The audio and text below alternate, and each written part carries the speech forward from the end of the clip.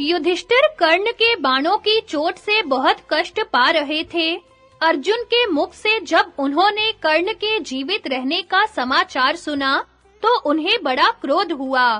वे धनंजय से इस प्रकार बोले, तात, तुम्हारी सेना शत्रुओं से तिरस्कृत होकर रण से भाग गई है, और तुम जब कर्ण को नहीं मार सके, तो भयभीत होकर भीम को अकेले ही छोड़ यहाँ भाग आए। यह तुमने खूब स्नेह निभाया। वीर माता कुंती के गर्भ से जन्म लेकर यह अच्छा काम नहीं किया। द्वैत वन में तुमने यह सच्ची प्रतिज्ञा की थी कि मैं अकेले ही कर्ण को मार डालूंगा।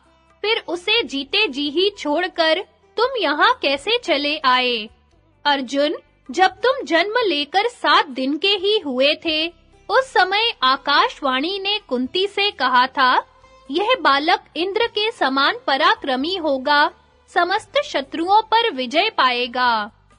यह खांडव वन में संपूर्ण देवताओं तथा सब प्राणियों को जीत लेगा। राजाओं के बीच यह मद्र, कलिंग, कैकेयी तथा कौरव वीरों का संहार करेगा।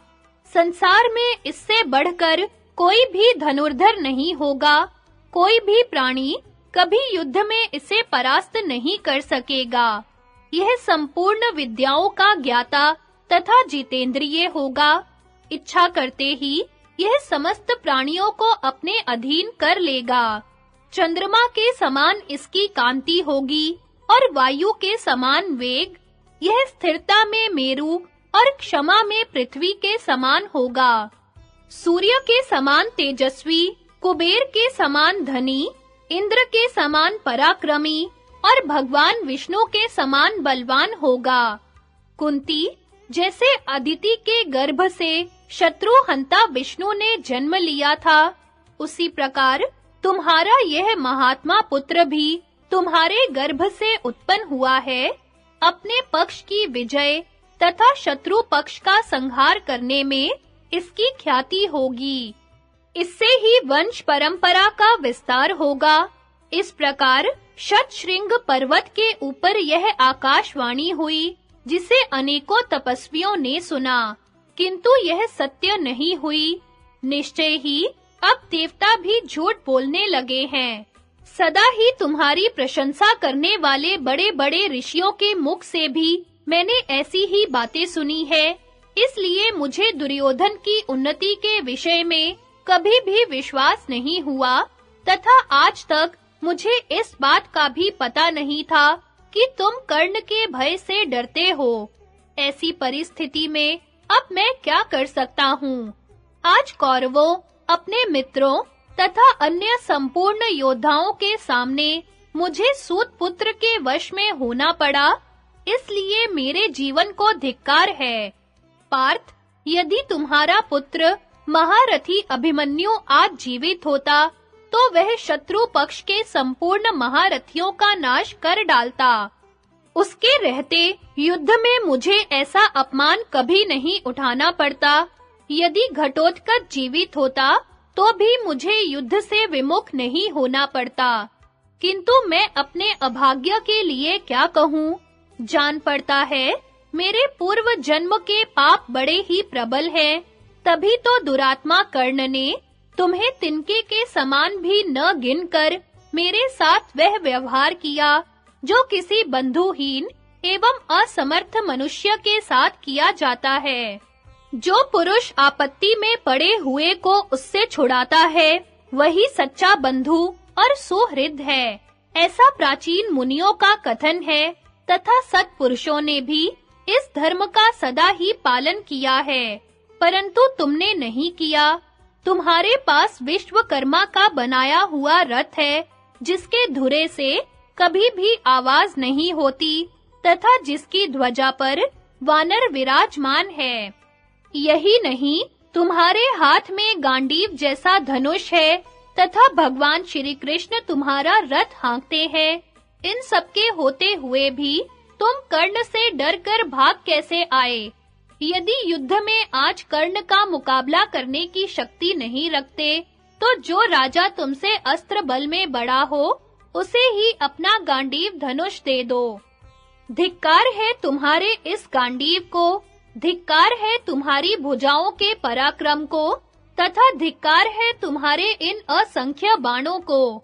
अग्नि के दिए हुए इस रथ और ध्वजा को भी धिक्कार है। युधिष्ठिर के ऐसा कहने पर अर्जुन को बड़ा क्रोध हुआ। उन्होंने धर्मराज को मार डालने की इच्छा से हाथ में तलवार उठा ली। भगवान श्री कृष्ण तो सबके हृदय की बात जानने वाले ही ठहरे। उन्होंने अर्जुन का कोप देखते ही उनकी चेष्टा ताड़ ली और कहा, अर्जुन, यह क्या, तुमने तलवार क्यों उठाई? यहाँ किसी से युद्ध करना हो, ऐसा तो दिखाई नहीं देता। मैं किसी ऐसे मनुष्य को भी यहाँ नहीं देखता जो तुम्हारा वध्य हो, फिर प्रहार क्यों करना चाहते हो? तुम पर सनक तो नहीं सवार हो गई? मैं पूछता हूँ, बताओ, इस समय क्या करने का विचार है? श्री कृष्ण के पूछने पर क्रोध में भरे हुए अर्जुन ने युधिष्ठिर की ओर देखते हुए कहा, गोविंद, मैंने गुप्त रूप से यह प्रतिज्ञा की है कि जो कोई मुझसे ऐसा कह देगा कि तुम अपना गांडीव दूसरे को दे डालो, उसका मैं सिर काट लूंगा। राजा ने आपके सामने ही मुझसे ऐसी बात कही है, अतः मैं क्षमा नहीं कर सकता। आज इनका वध करके अपनी प्रतिज्ञा पूरी करूंगा। इसलिए मैंने यह तलवार उठाई है। इस अवसर पर आप क्या करना उचित समझते हैं? आप ही इस जगत के भूत और भविष्य को जानते हैं। आप जैसी आज्ञा दे वैसा ही करूंगा।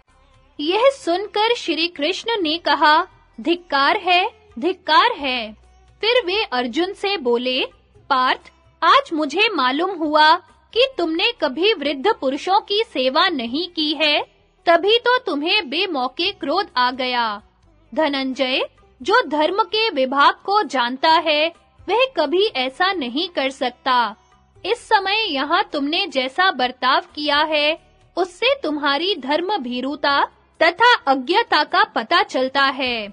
जो नहीं करने योग्य काम करता है तथा करने योग्य नहीं करता है, वह मनुष्य अधम है।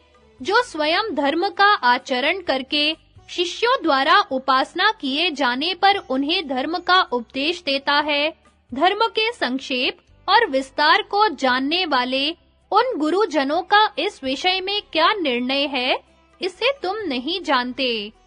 उस निर्णय को नहीं जानने वाला मनुष्य कर्तव्य और अकर्तव्य के निश्चय में तुम्हारी ही तरह असमर्थ एवं मोहित हो जाता है।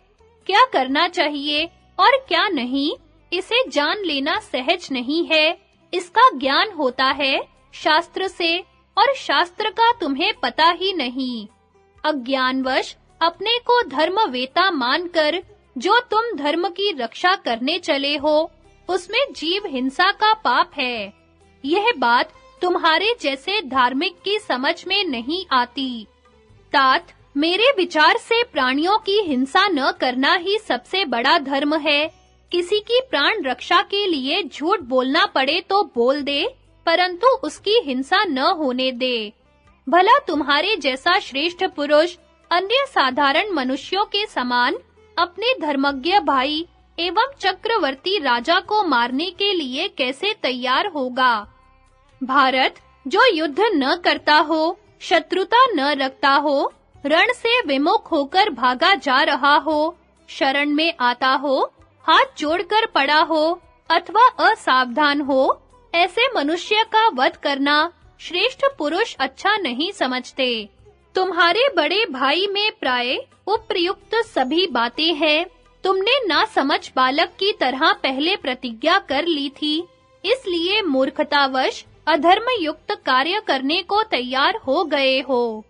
पार्थ, बताओ तो भला, धर्म के दुर्बोध एवं सूक्ष्म स्वरूप का अच्छी तरह विचार किए बिना ही अपने ज्येष्ठ भ्राता का वध करने को कैसे दौड़ पड़े?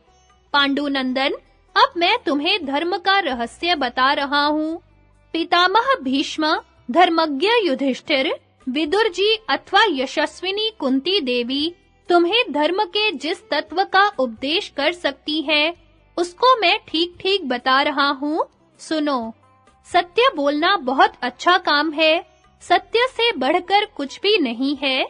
फिर भी सत्यवादी को ही कभी-कभी सत्य के स्वरूप का ठीक-ठीक ज्ञान होना कठिन हो जाता है।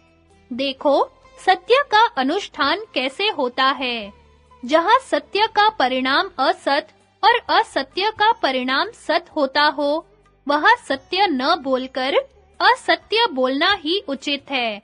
विवाह काल में स्त्री प्रसंग के समय किसी के प्राणों का संकट आने पर, सर्वस्व का अपहरण होते समय तथा ब्राह्मण की भलाई के लिए आवश्यकता हो तो असत्य बोल दे। इन 5 अवसरों पर झूठ बोलने पर पाप नहीं होता। जब किसी का सर्वस्व छीना जा रहा हो तो उसे बचाने के लिए झूठ बोलना कर्तव्य है। वहाँ असत्य ही सत्य और सत्य ही असत्य हो जाता है। जो वहाँ भी सत्य ही कह देता है, ऐसे मनुष्य को लोग मूर्ख समझते हैं। पहले सत्य और असत्य का अच्छी तरह निर्णय करके जो परिणाम में सत्य हो, उसका पालन करे। केवल अनुष्ठान की दृष्टि से असत्य रूप सत्य का भाषण नहीं करना चाहिए। जो ऐसा करता है, वही धर्मवेता है। जिसकी बुद्धि निष्काम है, वह मनुष्य अंधे पशु को मारने वाले बलाक नामक व्याध की भांति अत्यंत कठोर कर्म करके भी यदि महान पुण्य प्राप्त कर ले, तो क्या आश्चर्य है। इसी तरह जो धर्म पालन की इच्छा तो रखता है, पर है मूर्ख और गंवार, वह नदियों के संगम पर बसे हुए कौशिक मुनि की भांति यदि अज्ञान पूर्वक धर्म करके भी महान पाप का भागी हो जाए, तो क्या आश्चर्य है। अर्जुन ने कहा, भगवन, बलाक और कौशिक मुनि की कथा मुझे सुनाइए, जिससे मैं इस विषय को अच्छी तरह समझ लूं। श्री कृष्ण ने कहा, भारत, एक व्याध था जिसका नाम था बलाक। वह अपनी स्त्री और पुत्रों की जीवन रक्षा के लिए मृगों को मारा करता था, कामना या आसक्ति के वशीभूत होकर नहीं।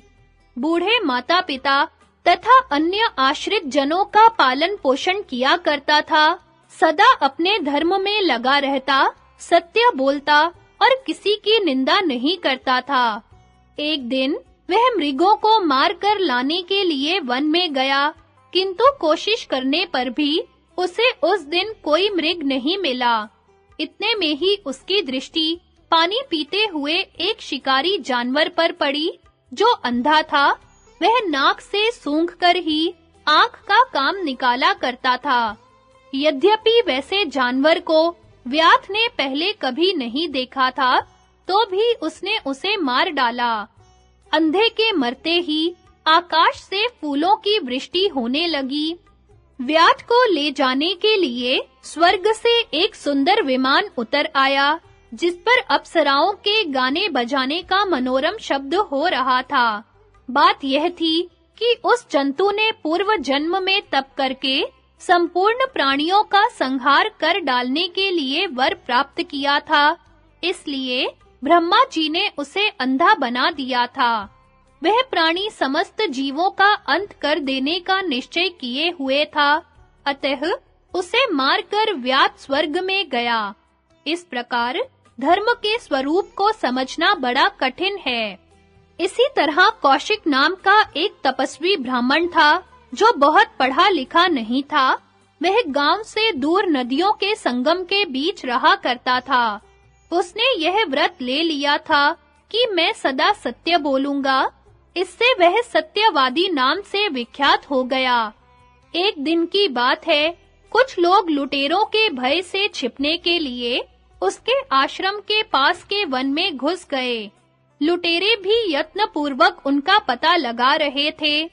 वे सत्यवादी कौशिक के पास आकर बोले, भगवन, बहुत से लोग जो इधर ही आए हैं, किस रास्ते से गए हैं? हम सच्ची बात पूछते हैं, यदि आप जानते हो तो बता दीजिए। उनके पूछने पर कौशिक ने सच्ची बात कह दी। इस वन में जहां घने वृक्ष, लता और झाड़ियां हैं, उधर ही वे गए हैं। पता लग जाने पर उन निर्दयी डाकुओं ने सब लोगों को पकड़कर मार डाला, ऐसी किंवदंती है। इस प्रकार वाणी का दुरुपयोग करने के कारण ब्राह्मण को महान पाप लगा और उस पाप की वजह से कौशिक को दुखदाई नरक की हवा खानी पड़ी, क्योंकि वह धर्म के सूक्ष्म स्वरूप को बिल्कुल नहीं जानता था। इसी तरह जिसने शास्त्र बहुत कम पढ़ा है, जो गवार है, धर्म के विभाग को ठीक-ठीक नहीं जानता, वह मनुष्य यदि वृद्ध पुरुषों से अपने संदेह नहीं पूछता, तो उसे महान नरक का कष्ट उठाना पड़ता है। अब तुम्हारे लिए संक्षेप से धर्म की पहचान बताई जाती है। कितने ही मनुष्य परम ज्ञान रूप धर्म को तर्क के द्वारा जानने का प्रयत्न करते हैं, किंतु बहुत लोग ऐसा कहते हैं कि वेदों से ही धर्म का ज्ञान होता है। मैंने जो यहाँ धर्म के स्वरूप की व्याख्या की है, वह समस्त प्राणियों के लाभ को ही दृष्टि में रख कर की है। धर्म के संबंध में ऐसा निश्चय है कि जो अहिंसा युक्त है, वही धर्म है।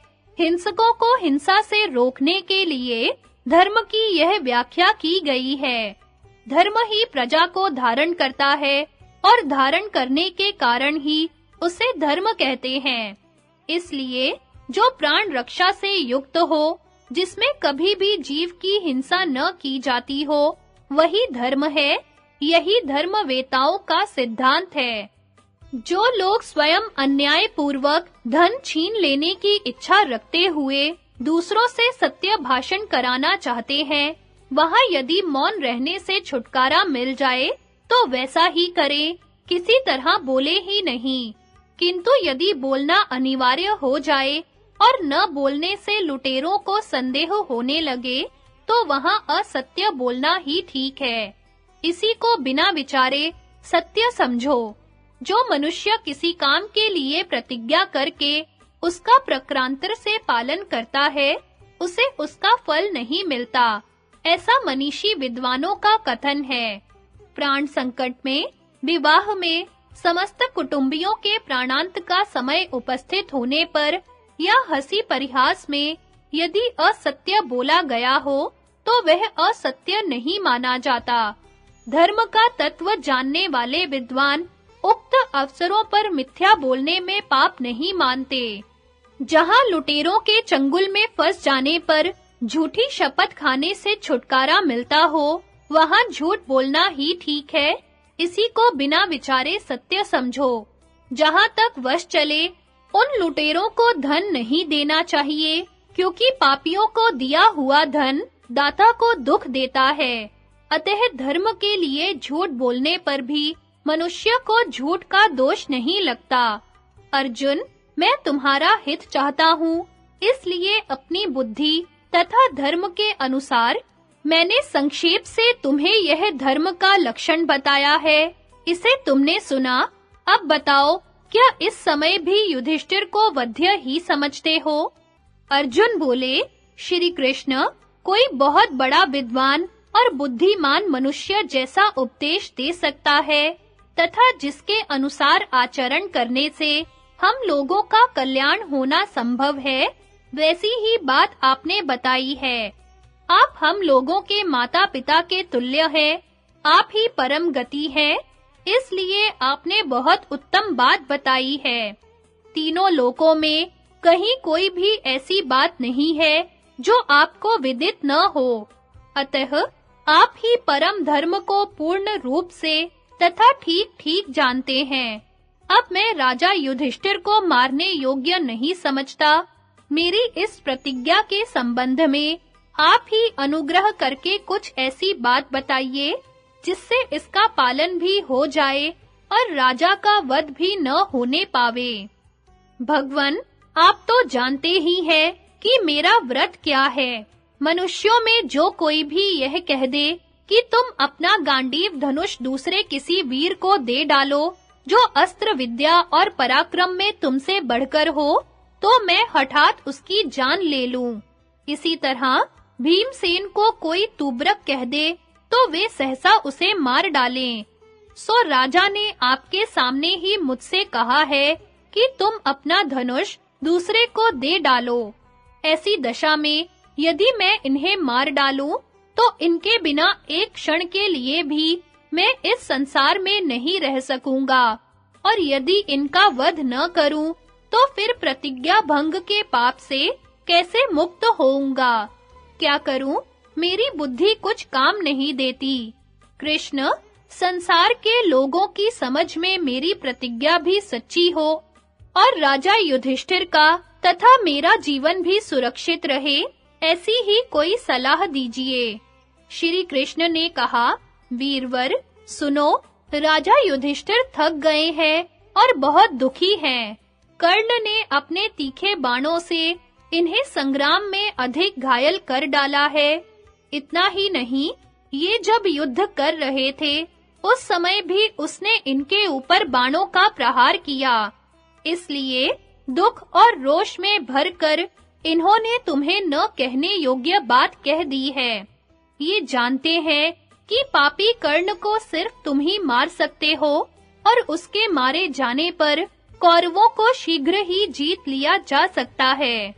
इसी विचार से उन्होंने वह बात कह डाली है, इसलिए इनका वध करना उचित नहीं है। अर्जुन, तुम्हें अपनी प्रतिज्ञा का पालन करना है, तो जिस उपाय से ये जीवित रहते हुए मरे के समान हो जाएं, वही बताता हूँ, सुनो। यही उपाय तुम्हारे अनुरूप होगा।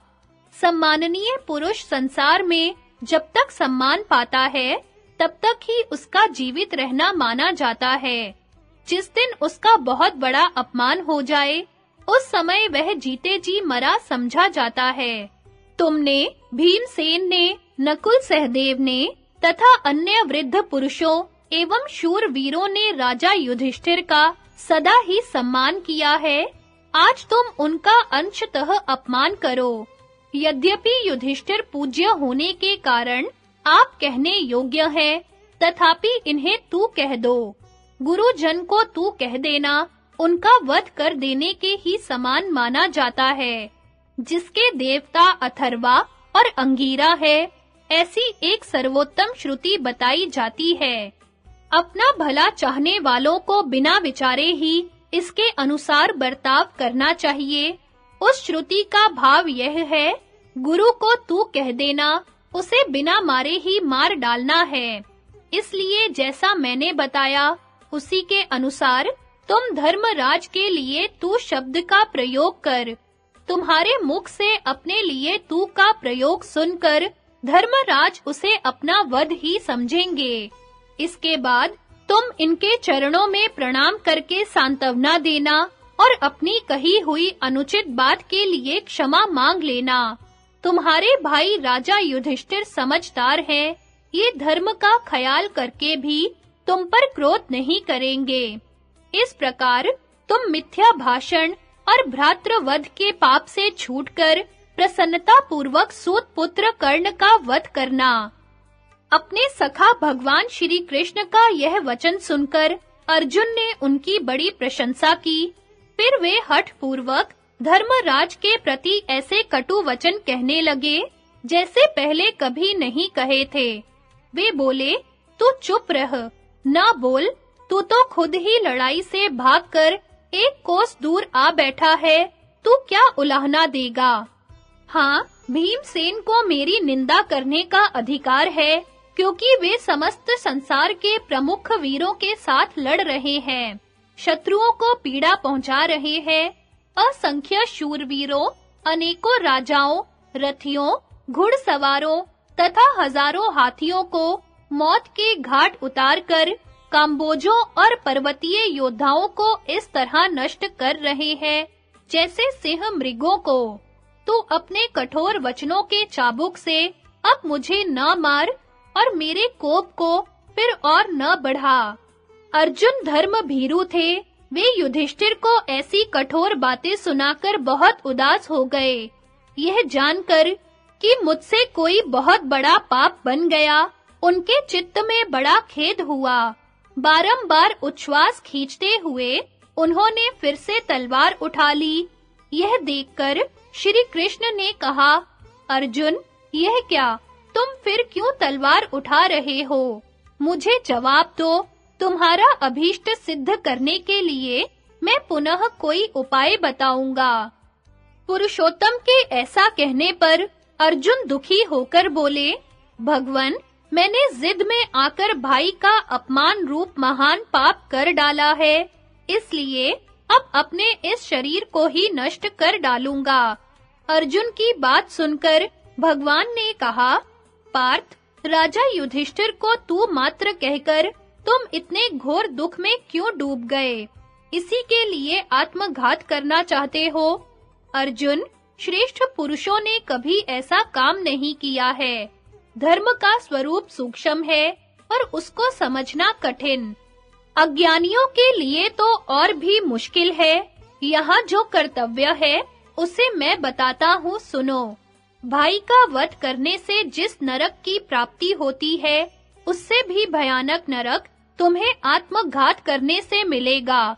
इसलिए अब अपने ही मुख से अपने गुणों का बखान करो। ऐसा करने से यही समझा जाएगा कि तुमने अपने ही हाथों अपने को मार लिया।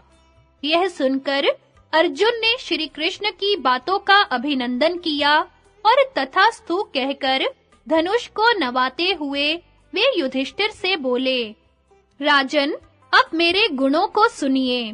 पिनाकधारी भगवान शंकर को छोड़कर दूसरा कोई भी मेरे समान धनुर्धर नहीं है। मेरी वीरता का उन्होंने भी अनुमोदन किया है। यदि चाहूं तो इस चराचर जगत को एक ही क्षण में नष्ट कर डालूंगा। मेरे चरणों में रथ और ध्वजा के चिन्ह है। मुझ जैसा वीर यदि युद्ध में पहुंच जाए तो उसे कोई भी नहीं जीत सकता। उत्तर, दक्षिण, पूर्व और पश्चिम इन सभी दिशाओं के राजाओं का मैंने संहार किया है। कृष्ण, अब हम दोनों विजयशाली रथ पर बैठकर सूत पुत्र कर्ण का वध करने के लिए शीघ्र ही चल दें। आज राजा युधिष्ठिर प्रसन्न हो, मैं कर्ण को अपने बाणों से नष्ट कर डालूंगा। यों कहकर अर्जुन पुनः युधिष्ठिर से बोले, आज या तो कर्ण की माता पुत्रहीन होगी या माता कुंती ही मुझसे हीन हो जाएगी। मैं सत्य कहता हूँ, अपने बाणों से कर्ण को मारे बिना आज कवच नहीं उतारूंगा। यह कहकर अर्जुन ने तुरंत अपने हथियार और धनुष नीचे डाल दिए, तलवार मयान में रख दी। फिर लज्जित होकर उन्होंने युधिष्ठिर के चरणों में सिर झुकाया और हाथ जोड़कर कहा, महाराज, मैंने जो कुछ कहा है उसे क्षमा कीजिए और मुझ पर प्रसन्न हो जाइए। मैं आपको प्रणाम करता हूँ। अब मैं सब तरह से प्रयत्न करके भीमसेन को युद्ध से छुड़ाने और सूत पुत्र कर्ण का वध करने के लिए जा रहा हूँ। राजन, मेरा जीवन आपका प्रिय करने के लिए ही है, यह मैं सत्य कहता हूँ। ऐसा कहकर अर्जुन ने राजा के दोनों चरणों का स्पर्श किया और फिर वे रणभूमि की ओर जाने को उद्यत हो गए। धर्मराज युधिष्ठिर अर्जुन के कठोर वचनों को सुनकर अपने पलंग पर खड़े हो गए। उस समय उनका चित्त बहुत दुखी हो गया था। वे कहने लगे, पार्थ, मैंने अच्छे काम नहीं किए हैं, इसलिए तुम लोगों पर घोर संकट आ पड़ा है। मेरी बुद्धि मारी गई है। मैं आलसी और डरपोक हूँ, इसलिए आज वन में चला जाता हूँ। मेरे न रहने पर तुम सुख से रहना। महात्मा भीमसेन ही राजा होने के योग्य हैं। मैं तो क्रोधी और कायर हूँ। अब मुझ में तुम्हारी ये कठोर बातें सहन करने की शक्ति नहीं है। इतना अपमान हो जाने पर मेरे जीवित रहने की कोई आवश्यकता नहीं है। यह कहकर वे सहसा पलंग से कूद पड़े और वन में जाने को उद्यत हो गए। यह देख भगवान श्री कृष्ण ने उन्हें प्रणाम करके कहा, राजन, आपको तो सत्य प्रतिज्ञा अर्जुन की यह प्रतिज्ञा मालूम ही है कि जो कोई उन्हें गांडीव धनुष दूसरे को देने के लिए कह देगा, वह उनका वध्य होगा। फिर भी आपने उन्हें वैसी बात कह दी। इससे अर्जुन ने अपनी प्रतिज्ञा की रक्षा करते हुए मेरे कहने से आपका अनादर किया है। गुरुजनों का अपमान ही उनका वध कहलाता है। इसलिए मैंने तथा अर्जुन ने जो सत्य की रक्षा को दृष्टि में रखकर आपके साथ न्याय के विरुद्ध आचरण किया है, उसे आप क्षमा कीजिए। हम दोनों ही आपकी शरण में आए हैं। मेरा भी अपराध है, इसलिए आपके चरणों पर गिरकर क्षमा की भीख मांगता हूँ। आप मुझे भी क्षमा कर दें। आज यह पृथ्वी पापी कर्ण का रक्त पान करेगी। मैं आपसे सच्ची प्रतिज्ञा करके कहता हूँ, अब सूत पुत्र को मरा हुआ ही मान लीजिए। भगवान की यह बात सुनकर युधिष्ठिर ने सहसा उन्हें अपने चरणों पर से उठाया और हाथ जोड़कर कहा, गोविंद, आप जो कुछ कहते हैं बिल्कुल ठीक है। सचमुच ही मुझसे यह भूल हो गई है। माधव, आपने यह रहस्य बताकर मुझ पर बड़ी कृपा की, डूबने से बचा लिया। आज आपने हम लोगों की भयंकर विपत्ति से रक्षा की। आप जैसे स्वामी को पाकर ही हम दोनों संकट के भयानक समुद्र से पार हो गए। हम लोग अज्ञानवश मोहित हो रहे थे। आपकी ही बुद्धि रूप नौका का सहारा ले अपने मंत्रियों सहित शोक सागर के पार हुए हैं। अच्युत, हम आपसे ही सनात हैं। संजय कहते हैं, महाराज, धर्मराज के मुख से वह प्रेम युक्त वचन सुनकर भगवान श्री कृष्ण ने अर्जुन को भी बताया। इधर अर्जुन ने भगवान के कथनानुसार जो युधिष्ठिर का प्रतिवाद किया था, उससे कोई पाप बन गया, ऐसा समझकर वे पुनः बहुत उदास हो गए थे।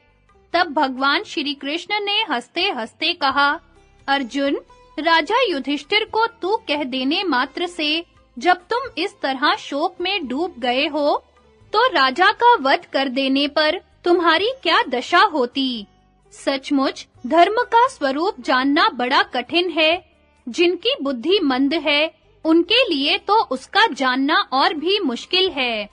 तुम धर्म भीरू होने के कारण अपने बड़े भाई का वध करके निश्चय ही घोर अंधकार में पड़ते, भयंकर नरक में गिरते। अब मेरी राय यह है कि तुम कुरुश्रेष्ठ युधिष्ठिर को ही प्रसन्न करो। जब वे प्रसन्न हो जाएं, तो हम लोग शीघ्र ही सूत पुत्र कर्ण से लड़ने के लिए चलें। तब अर्जुन बहुत लज्जित होकर राजा के चरणों में पड़ गए और बोले, राजन, धर्म पालन की कामना से भयभीत होकर मैंने जो कुछ कह डाला है, उसे क्षमा कीजिए और मुझ पर प्रसन्न होइए। धर्मराज ने देखा अर्जुन पैरों पर पड़े हुए रो रहे हैं, तो उन्होंने अपने प्यारे भाई को उठाकर बड़े स्नेह के साथ गले लगाया और स्वयं भी फूट-फूट कर रोने लगे। दोनों भाई बड़ी देर तक रोते रहे, फिर दोनों का भाव एक दूसरे के प्रति शुद्ध हो गया।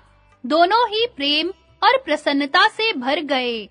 तदनंतर युधिष्ठिर ने पुनः अर्जुन को बड़े प्रेम से गले लगाया और उनका मस्तक सूंघकर अत्यंत प्रसन्नता के साथ कहा, महाबाहो, मैं युद्ध में पूर्ण प्रयत्न के साथ लड़ रहा था, किंतु कर्ण ने समस्त सैनिकों के सामने मेरा कवच, रथ की ध्वजा, धनुष, बाण, शक्ति और घोड़े नष्ट कर डाले।